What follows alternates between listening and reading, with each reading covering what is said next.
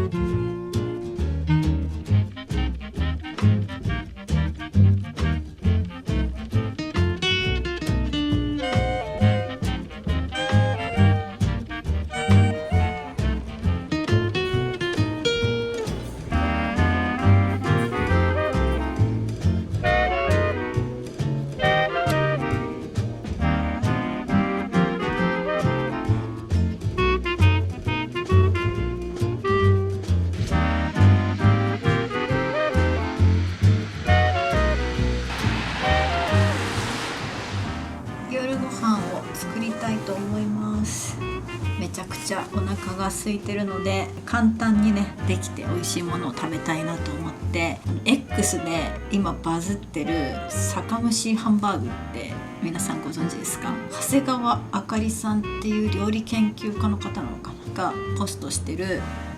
こちらのフライパン一つでできる酒蒸しハンバーグ。これがもう包丁も使わなくていいし、材料もねパン粉とか卵とかいらないし、フライパンの中でこねてそのままそのフライパンで蒸すだけらしくって、こちらの酒蒸しハンバーグ作っていきたいと思います。材料がめちゃめちゃシンプルで、合いびき肉でしょ、ベーコン入れるみたいで、塩、砂糖、あとは片栗粉、ナツメグ、すりおろしにんにく、あと牛乳があればできるらしい。でなんかそのハンバーグ蒸す時に一緒にプチトマトを入れると美味しいらしいんですけど、私トマトが本当に苦手すぎてプチトマト食べれないんですよ。潰されててペースト状になってれば食べれるんですけど、固形のトマトは本当に苦手だから代用品としてこの粗ごしトマトを買ってきました。あと酒蒸すための料理酒が必要なんだけど、料理酒がない。切らしてます。白ワインいけるかな。白ワインでやってみてもいいかな。ちょっとレシピそのままじゃないんだけど、バズってる酒蒸しハンバーグ作ってみたいと思います。レシピが2人分だから食べきれないので1人分の分量で作るか。ちょっと測ります。ちょうど 110g で、材料全部入れたらゴムベラで混ぜる。ひたすら混ぜるらしい。この作業が 3,4 分ぐらいずっとこね続けなきゃいけないらしいので、今日行ってきたねちょっとプラネタリウムの感想とか、最近見た映画の話とか、そういうのしながらちょっと時間潰したいなと思うんですけど、昨日今日でねプラネタリウム見に行ったのは、その秒速 5cm っていう映画を見に行ったからっていうのもあるんですけど、その前に夜明けのすべてっていう映画を見て、そこからねプラネタリウム見に行きたいなっていう思いがあって、で秒速 5cm 見たらよりね行きたくなったのでプラネタリウム行ってきたんですけど、いや今日行った多摩ロックと科学館めっちゃ良かったですね。本当に私の求めてたプラネタリウムがそこにありました。大きなドームで星を見ながら解説員さんの生解説で今のね秋の空の星について知ることができるっていう、その時間がねすごく楽しかったです。秒速 5cm も夜明けのすべてもなんで見たかっていうと、その映画にね出てる松村北斗さんっていうね、SixTONESっていう元ジャニーズのグループのメンバーなのでアイドルなんですけど、その方がねすごくいい演技をするんですよね。でその人が出てる映画は結構一通り見るようにしてて、ちょうどその秒速を見に行く前に夜明けのすべてを見た時に、その時もプラネタリウムのお話が出てきて、秒速もプラネタリウムのお話が出てきたので、もう行くしかないなと思って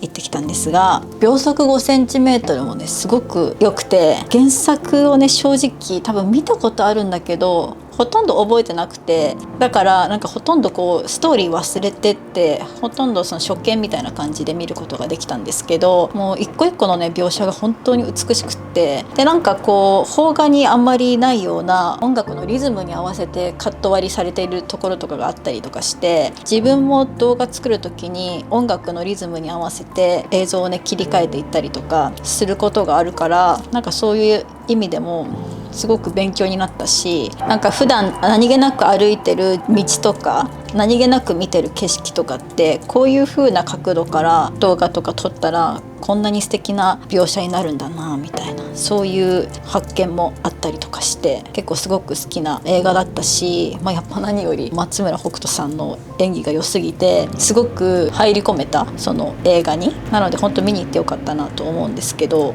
秒速もね本当に良かったんだけど、私の中では最近見た夜明けのすべてがすごくね好きで、今だとアマプラとかで見れるんですけど、上白石萌音さんと松村北斗さんのダブル主演なんですが、 PMS に悩まされる女性とパニック障害を持っている男性が同じ会社で、お互いのその病気の辛さっていうのも分かり合ったり分かり合えなかったりしながら、すごくリアルなその自分の身の回りでも起きてそうな話の中で、人と人がどうやって助け合って生きていくのかっていう部分だったりとか、助け合いたい気持ちはあれど人のことなんて構ってられないよねみたいな、なんかそういう気持ちがシーンの中にあったりとかして、すごく共感できるそういう映画なんですけど、でその2人が働いてるところが栗田科学館っていう、科学館で、そこでこう移動式プラネタリウムの運営を2人で任されて担っていったりするんですが、そこでね最後プラネタリウムの解説をするシーンがあるんですけど、そこでね語られる言葉がすごく良くて、私夜明け前が一番暗いっていう言葉がすごく好きなんですけど、それはねイギリスのことわざっていうのをこの映画で知ったんですけど、そのね「夜明けのすべて」っていう映画の中で夜明け前が一番暗いっていうところを引用してプラネタリウムの解説が始まっていくんですが、その解説の中ですごく好きなフレーズがあって、なんか地球が時速 1700km で自転している限り夜も朝も等しく巡ってくる。で地球が時速11万 km で公転している限り同じ夜や同じ朝は存在し得ないっていうフレーズがあって、それがすっごく心に響いて、その映画見てよかったなって思ったんですけど、人生でこう辛いな苦しいなって思う瞬間とか、それが長く続くことって形を変えて何度もやってくると思うんですけど、その度に私は夜明け前が一番暗いから頑張ろう、今が一番辛くてそれを乗り越えたら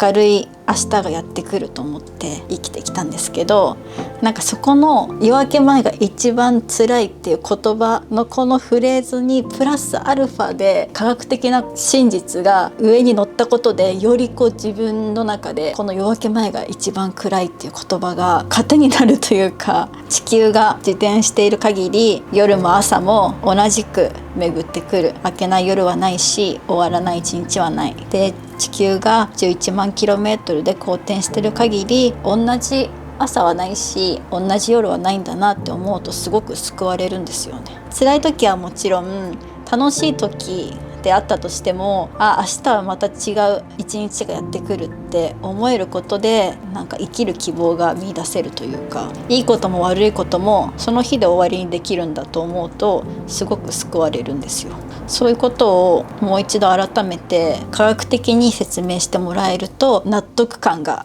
あるっていう、そういうことなんですよ。それでまた明日も生きていけるという感じで、だからそれをねより身近に感じるために私はプラネタリウムに2日間も行ったのかもしれないです。そうだよねってちゃんと自分の中でもう一回腑に落ちるためにプラネタリウムに行って、それが感じられてすごく良かった。なのでね、ぜひ今秒速 5cm が公開してて、それをね見に行きたいなって方たくさんいると思うんですけど、ぜひね夜明けのすべてもセットで見て、そこから見た後にプラネタリウムまでぜひ行ってみてください。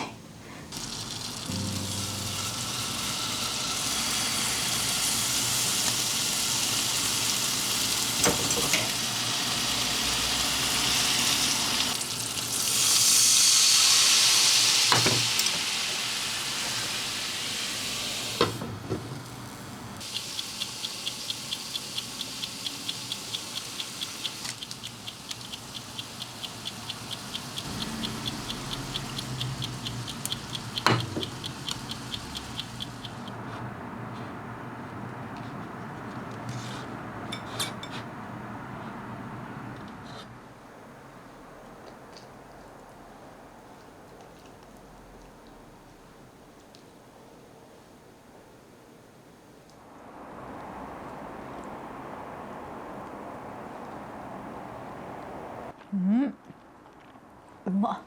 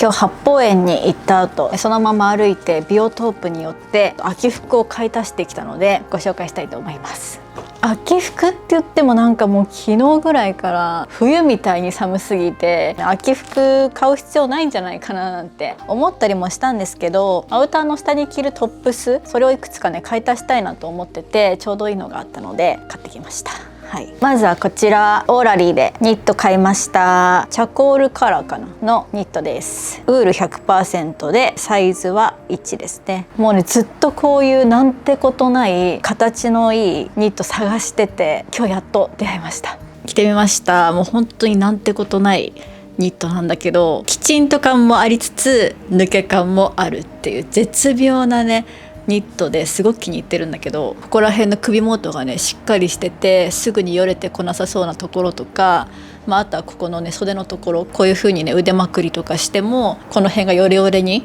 ならなそうなところ、ラフにこれ1枚でさらっと着た時にこういう手元のアクセサリーとかネックレスとか、指輪とかそういうのが自然と映えるようなニット、とってもお気に入りです。あともう一つ、こちらこれを買いにねビオトープに行ったんですよ。ここに書いてあるんだけど、ヘインズ・フォー・ビオトープということで、ヘインズのビオトープ別注モデルですね。このねジップロックのパックの中に黒のヘンリーネックとブラウンのクルーネックが入ってます。これ2枚入りで8000円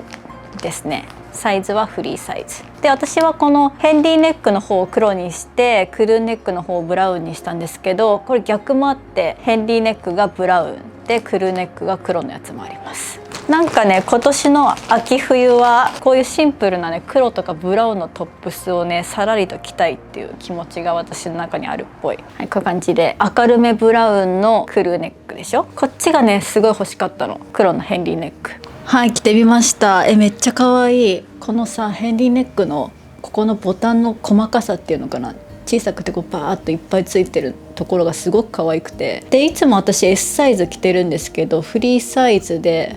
そんなに大きすぎずちょうどいい感じ。丈感はこれぐらいですね。ちょっと大人っぽいですよね。このヘンリーネックの間からこういう感じでネックレスチラ見せしたりとかしたら超可愛い。ボトムスにインしたらこういう感じですね。もう理想的なカットソーです。はい、ブラウンの方はこんな感じ。あんまりこういう明るいブラウンのトップス着たことないんですけど可愛い。あとこれ黒のヘンリーネックよりも丈が短くて、このクルーネックの方はバランス取りやすいですね。結構ショート丈です。で袖は結構しっかり長めだから、ちょっと袖の上にブレスレットしたりしても可愛いんじゃないですかね。想像よりもブラウン好きな感じです。結構アクセサリーがゴールドめなことが多いからすごくブラウンと合います。でなんか公式の方ではこのさっきのクルーネックの上にヘンリーネックを重ねるっていうのも着こなしの一つのアイディアとして載ってて、そういう風に着ても可愛いかも。あったかいし、ヘンリーネックのボタン開けて中からこのブラウンを見せるっていうのが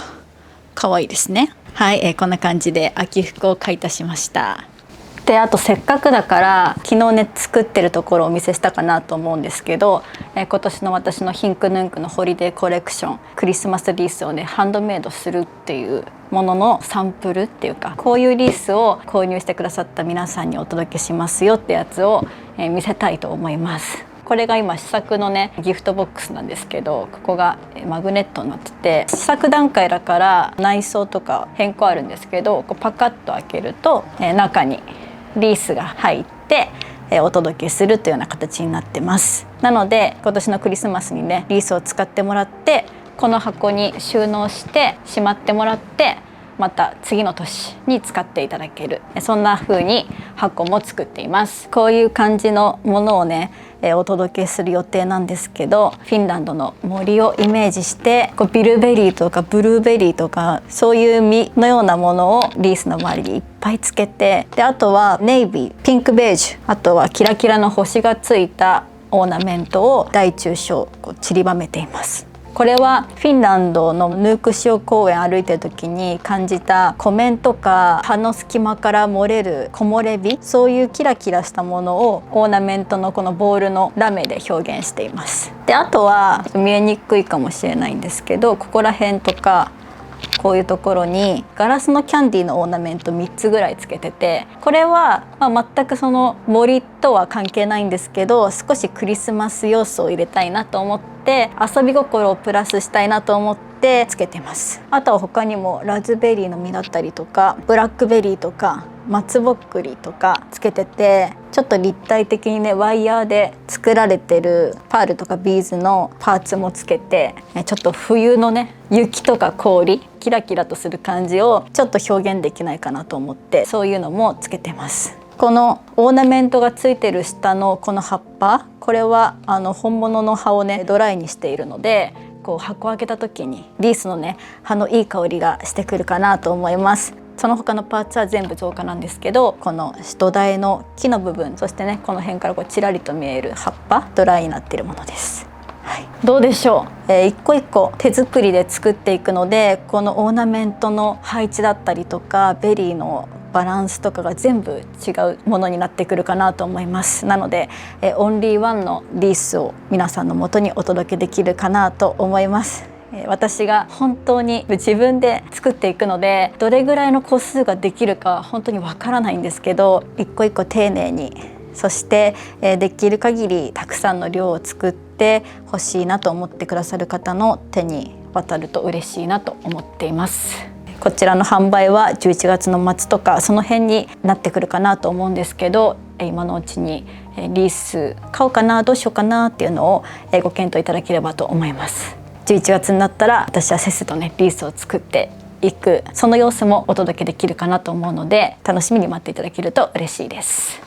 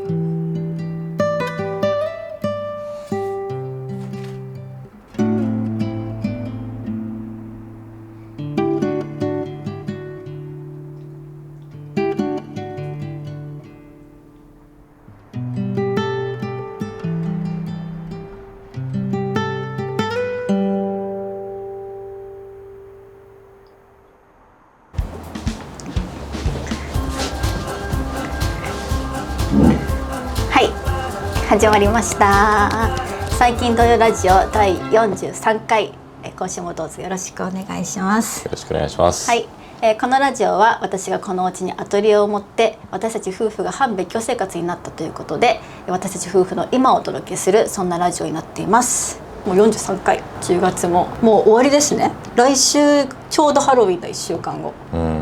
だいぶ気温が下がって花粉も飛んで声がちょっと体調危なげなんていうんですかね、花粉による多分、鼻水鼻声だもん、でちょっと蓄膿症っぽい感じ、気持ちは元気なんですけど、はい、なんかおにょおにょするなみたいな、ぼんやりする。そうじゃあ今回はまったりラジオしていこうかなと思います、お願いします。もう今週はですね、何があったかな。トピックとしては私はプラネタリウムを2個見てきました、はい、突然のプラネタリウムいつぶり？小学校の時とかに1回行ったかなぐらい、もう本当に記憶にないぐらいのプラネタリウムに2回行ったんですけど、1つ目は有楽町にあるコニカミノルタプラネタリア東京に行ったの。それを一緒に行ったよね。はい、はい、でその後次の日に私は多摩ロクト科学館っていうところに行きました。なんでプラネタリウムね行ったかっていうと、秒速 5cm っていう今公開してる映画を見に行って、その劇中にプラネタリウムのシーンが出てくるのね、それですっごくプラネタリウム行きたくなって行ったの、その秒速の中に出てくるプラネタリウムはこの2個目の多摩ロクト科学館がもうロケ地なんだ。そう、ロケ地なんだけど遠すぎるから、だからちょっと近場の有楽町の方にちょっと試しで行きたいなみたいな感じで連れてかれたわけ。そう、一緒に行ったの。すごかったよね。最近のプラネタリウムっていうのはなんかもう映像が迫ってきてさ、ずっと星見るのかと思ったら意外と風景とか、あとはその私たちが見たのはなんか北海道の夜空ってやつだったから、なんか北海道に生息してるクリオネ、そうクリオネとかタンチョウとかそういうやつの映像も出てきてエンタメに富んでた。そうね、あなた本寝たるし起きたらクリオネがプカプカ浮かんでて可愛いなと思って、その後またもうちょっとってやったら次エンドロール流してやばいじゃん。星じゃなくてクリオネ見て終わったじゃん、いろんな映像が見れて面白かったんだけど、なんかもうちょっと星の説明欲しいなと思って、それでやっぱちょっとその本家っていうかその映画の本家のね多摩ロクト科学館に行こうかなと思って一人でね頑張って電車いっぱい乗り継いで行ってきたんだけど、すっごい良かった。まずもうスクリーンがなんか世界最大級らしいんよ。世界ナンバーワンではないんだけど、東日本ではもう一番だし、世界最大級の超大きいこういうドームの中に入って、映画みたいな感じのこう反り上がりの座席のところで見るんだけど、今日の夜の空を見せてくれるの。例えば今日行ったら、今日昼に行くじゃん、今日の夜の空を見せてくれる。だから今はこう秋の空のあそこに木星がとか、今の星のことについて話してくれるんだけど、すごくよくて、しかも生解説後ろにいて解説員さん、だからもうこれは何だと思いますかって聞かれたりとか、その場で解説員さんによってこう語り口は変わるらしい。今がちょうどね2025年土星の輪は3度消えるっていうやつのプラネタリウム見たんだけど、土星の丸はあるじゃん、地球の周りをこう行きながら自転もしてるわけでしょ、だからその角度によって今年はその輪がね、地球に対してまっすぐ来るから見えなくなるんだって、へえ。でそれが3月に1回あった、5月に1回あって、あと最後11月の後半に最後こう見えなくなるっていう瞬間来るらしいんだけど、土星のこの輪のこれってさ何だと思う？隕石的な。違うの、氷の塊なんだって。氷？へえ。それがなんかちっちゃかったり大きかったりして、それが浮いてるっていうか、こうやってなって輪に見えるらしい。それがすっごい薄いんだって実は。なんか紙切れ1枚ぐらい薄いんだって。だからそういう風に角度とかお互いの自転によって全く見えなくなるらしいよ。しかもその土星の輪はもうねなんかなくなりつつあるんだって。前はもっといっぱいその氷の塊があったのに、どんどんこうなってってるから、もう最終的にいなくなっちゃうと思って。へー、すっごい面白かった。いやいや面白いよね、宇宙の話はね。星のさ、星座ってあるやん、あれさ俺ずっと小学校の時から疑問ないけどさ何？この星とこの星とこの星をつなげると、それになりますとか言ってさ、ほわーってさ、なんか見せてくれるよね。そうなんか絵で絵で教えてくれるやん。でもさ、その絵がふわーって消えてさ、星だけになった瞬間さ、もうどこかわかんないやんでさ、昨日の解説さんも言ってたよ。あ、言ってた。魚座がありますっつって、魚座の魚がこんな遠くにいて間にこう紐でつながれてんのね。は消してみます。まあ、どこにいるか分かりませんよねって言ってた。そうなんかさ、うんこの星とこの星をつなげると魚になりますのさ、うん本当にっていうかさ、うんそのあれさ、結局やっぱギリシャ神話にさかこつけてさ、うんやっぱそこ絡めたいんだろうねっていう、それをどうにかさ星にこう当てはめてどうにか押してんだろうなと思って、うん昨日の解説でその一等星みたいな星ってこっち側の星座とこっち側の星座の真ん中でこう2つを兼任してる星とかあったのよ昔は、うんうんでもそうするとなんかこうややこしくなるからって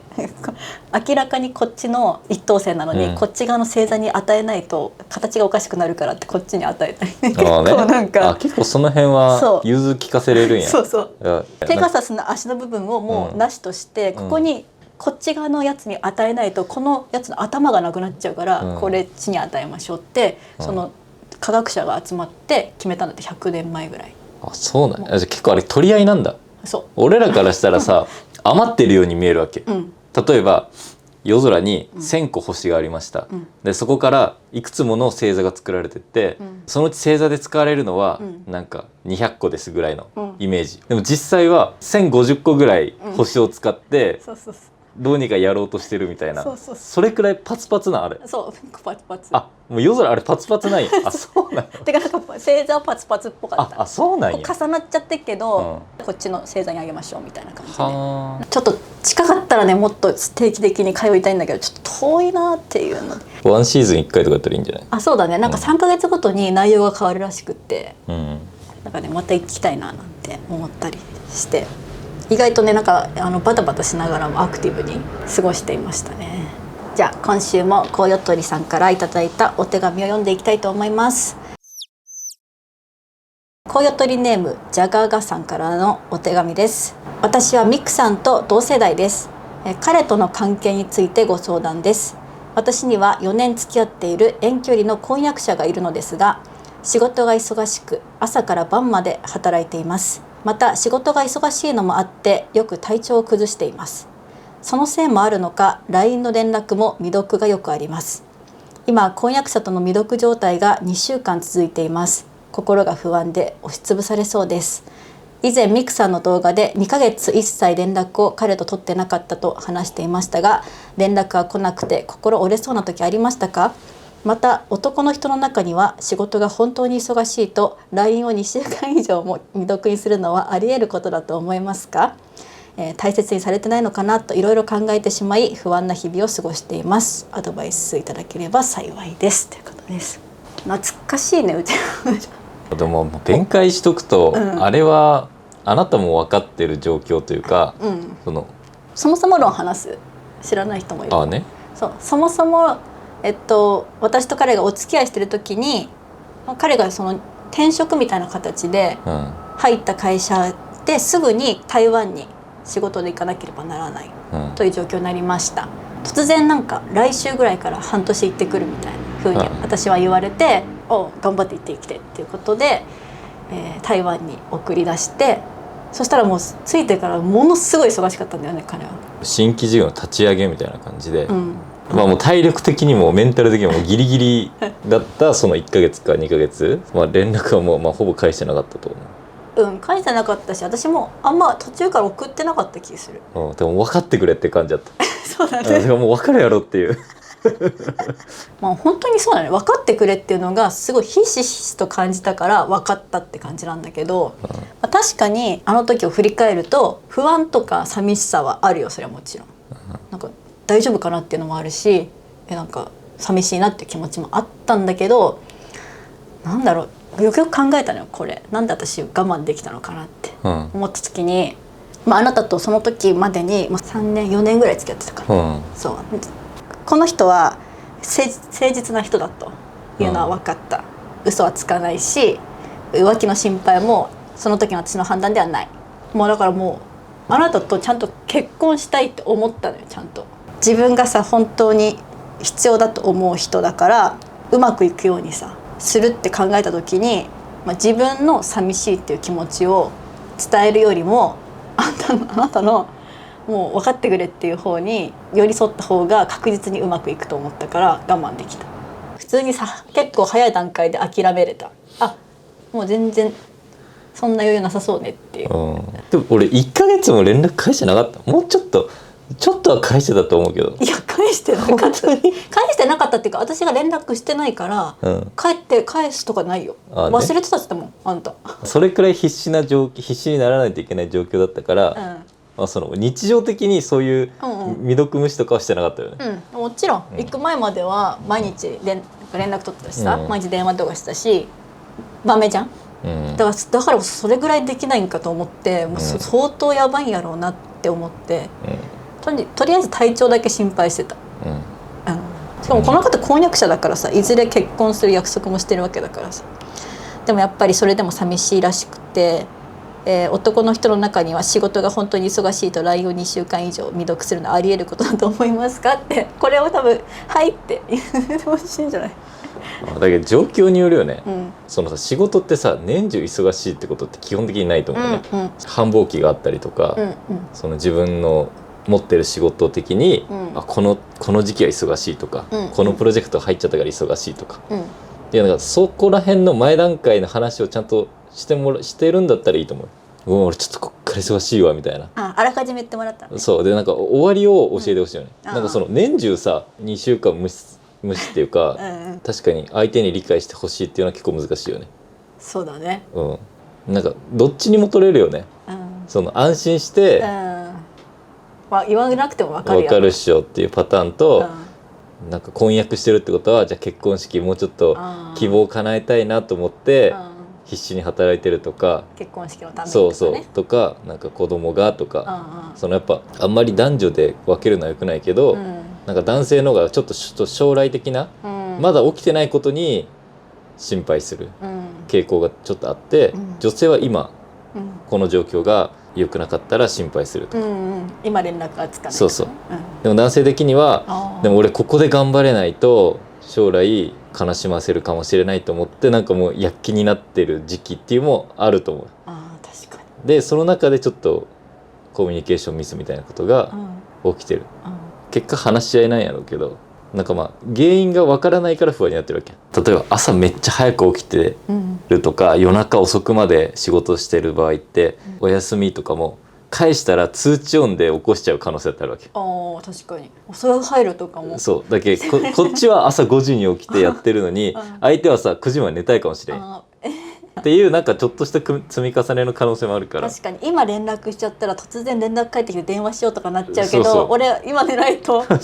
やばい。確かにね、それあるかも。あるよね、やべ3日返してないってことは、ここで1個返事返すと、多分3日分の連絡来ちゃうみたい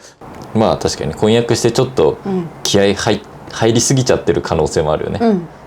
そこはやっぱ婚約者としての腕の見せ所なんじゃない？そうだね。今までの恋愛のさ集大成をそこにぶつけてさ、やっぱ押すべきか引くべきかのさ、やっぱそこはね、そこはやっぱ長年付き合って分かるからさ、押した方がいい人もいれば引いた方がいい人もいるわけじゃん、そこはやっぱ確かにこう腕の見せ所見せ所ですね頑張ってください。じゃあ今回はちょっと恋愛系でもう一個言っていい？今そういう時期なのかな、みんな悩んでる、紅葉鳥ネームラッテさんからのお手紙です。ミクさん先生こんばんは。私は今年で28歳になります。数ヶ月前3年付き合った彼氏に多額の借金があることが発覚しお別れしました。結婚や出産を早いうちに叶えたい私はマッチングアプリを始め10人以上とメッセージをし3人とお会いしました。その中の1人が理想的な方で先日2回目のデートをしました。その際に彼から1年から3年のうちにカナダに移り住みたいという話をされました。彼はフリーランスで海外関係の仕事をしており、今はフルリモートですが現地に行ってよりクリエイティブな仕事をしたいそうです。もちろん文化や環境などへの不安はありますが、何よりも私は家族と離れることに不安を感じています。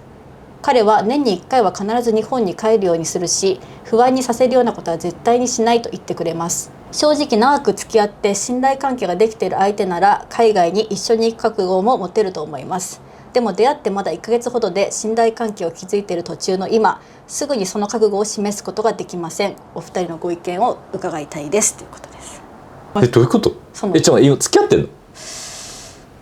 デートで。デート2回目でしょ。でまあそういう前提じゃない？結婚前提で付き合いたい。結婚前提の話ね。じゃない？俺は結婚して後に1年から3年後にカナダ。いやだからこっから向こう3年ぐらいカナダ行きたいよ、一緒についてきてくれるかいってことじゃない？男の人はカナダに一緒に行ける人を探してるんだ。多分そうじゃない？一緒についてってくれる人を探してて、結構ラットさんのこといいと思ってじゃない？1年に1回は必ず日本に帰れるようにするし、不安になるようなことは絶対にしないよって、それぐらい真剣に多分好意を伝えてくれて、でもラットさんはまだ出会って1ヶ月ぐらいしか経ってないし、なんか相手どんな人かよく分かんないし、何より自分の家族と離れてカナダに住むのが不安というのでご意見を伺いたいということです。じゃあそのフリーランスの人が実際じゃあカナダにどういう形で行くのか、これはねビザの問題もあるんですよ。確かにね。でその次じゃああっちの会社に勤めるのか。多分フリーランスだとビザ降りないはずなんよ。確かどういうこと？いや分かんない。そのいろんなねやり方があるからちょっと俺も全部知ってるわけじゃないけど、カナダに1から3年後に行くフリーランスってどういうビザで行くんだろうとか。確かにね。でその時に家族ビザとかで入った場合、多分現地で仕事はできない可能性もある。ラテさんがね。そう、扶養で行った場合は現地で就職できない可能性がある。でその辺をちゃんとクリアになってるのかっていうのは、そうだね。もし1年後だとしたら、早急に詰めるべきだと思う。そうだね。ラテさんの今後の仕事とかも関係してる。いやそうだよ。あなたも台湾に行くってなった時、俺の扶養ビザで入ったから、現地での就職はできなかったよ。はい。でもなんかこの中で見るとなんかラテさんはすごい焦ってる感がすごいある、まあね、この文面を見ると。そうね、だって3年付き合った人とちゃんと別れれたから次もピョンと行きたいよねやっぱ、サクッと結婚したよねやっぱ。そのために別れたと言っても過言ではないわけじゃん。だからちょっとだけ冷静になれないぐらい焦ってるのかもしれないけど、でもまだやっぱ覚悟を示すことができませんって言ってからやっぱ揺れてるよね。いやそりゃそうやろ。だって2回しか会ってなくて言われてももうちょっとそんだけ理想ならもうちょっと粘っていいんじゃねって思うんだけど。確かにね、確かに。でも28歳は焦るよ普通に。いや分かるけど早く見極めないとって思う。リアルめな話をすると、そういうビザ的な問題とかがあるから、一旦話は聞いてもいいかもね。そのどういうあれで行くつもりなんていうのは把握しとかないと、私もじゃあ実際付き合って、確かに仕事どうするかって、それに向けてどうなるかっていうと、じゃあそれまでになんか資格取っとけこともあるだろうし、そういうのの準備あるよねいろんな。でそこを濁されるんだったら、この人行かないなって見極める力も必要だと思う。でも行かなかったら行かなかったで逆にラッツさんのさ、一番理想通りに行くよね。ラッツさんは別に行きたいわけじゃないのカナダに。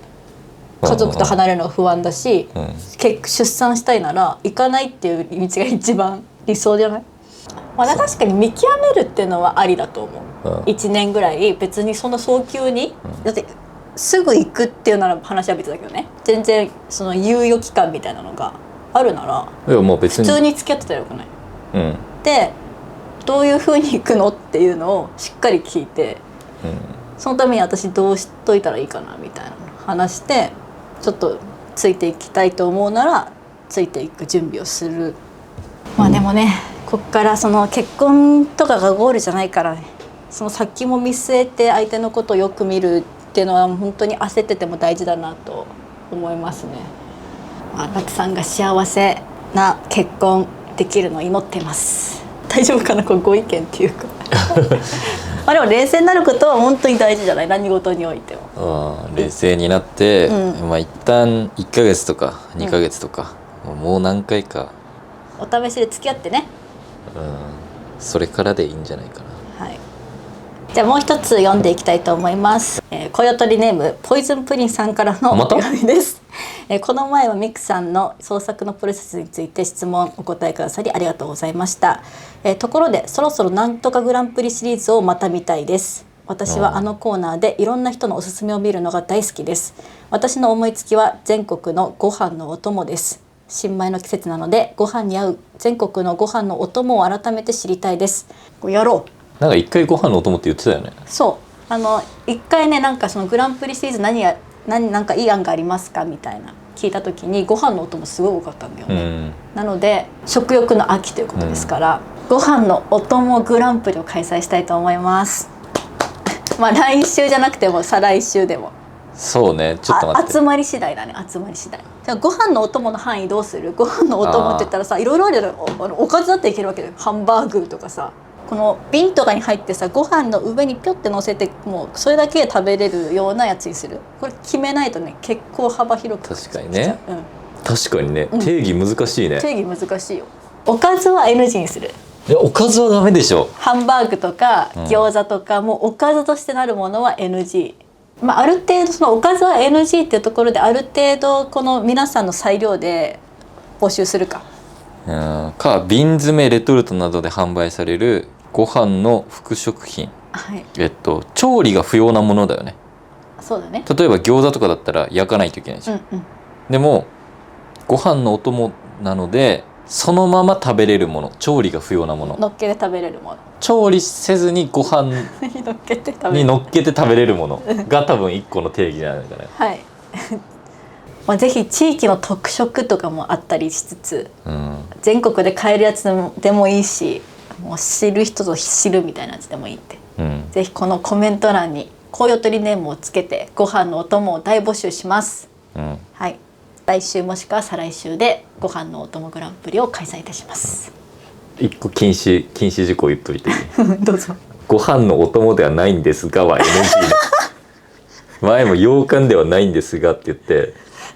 ウイローをしてくる人いたからダメよ。ご飯のお供だけでよろしくお願いします、じゃあそれでは今週の最近のラジオは以上です。皆さん暖かくして過ごしてください。それではさようなら。